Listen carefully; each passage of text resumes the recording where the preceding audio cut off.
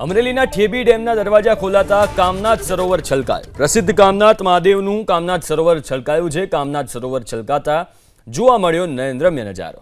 ખડખડ વહેતા ઝરણાથી દર્શનાર્થીઓ આકર્ષાયા। નદીના વહેતા નીરથી સ્થાનિકો સરોવર કિનારે પહોંચ્યા છે। દ્રશ્યો તમે જોઈ શકો છો।